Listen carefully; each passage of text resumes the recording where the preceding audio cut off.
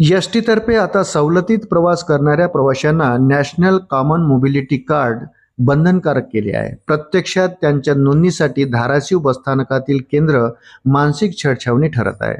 सकाळी 10ला उघडून 11 वाजता नोंदणी बंद केली जात असल्याने अगदी पहाटे 6 पासून रांगेत उभे असलेल्या ज्येष्ठ नागरिक महिलांची परवड होत आहे. या केंद्रातील कर्मचारीही अतिशय उद्धट व अरेरावीने बोलत असल्याने प्रवाशांचा पाण उतारा होत आहे तो वेगळाच.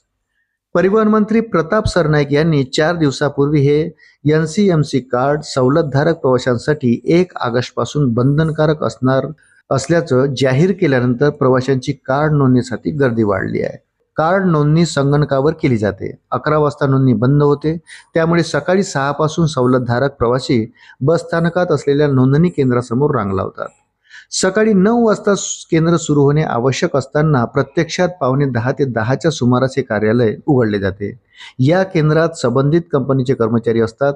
त्यानंतर 11 वाजताच ते नोंदणी बंद करतात. या दरम्यान केवळ 10 ते 15 जणांची नोंदणी होत असते. परिणामी रांगेत असलेल्या व दूरवरून आलेल्या नागरिकांना रिकाम्या हाताने परतावे लागते. याबाबत संबंधित केंद्रातील कर्मचारीही उद्धट उत्तरे देत असल्याने प्रवाशातून संताप व्यक्त होत आहे.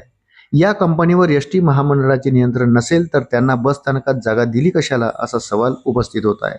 याबाबत संबंधित कंपनीच्या कर्मचाऱ्याची संपर्क साधला असता SM अशा लघुरूप नावाने बोलणाऱ्या त्या कर्मचाऱ्याने उद्धट प्रतिप्रश्न करीत या प्रवाशांना पहाटे कोणी यायला सांगितले असा प्रश्न केला. आम्हाला मानसिक त्रास होतोय, आम्ही ही बाब कंपनीला कळवली आहे पण उपयोग नसल्याचे त्यांनी सांगितले.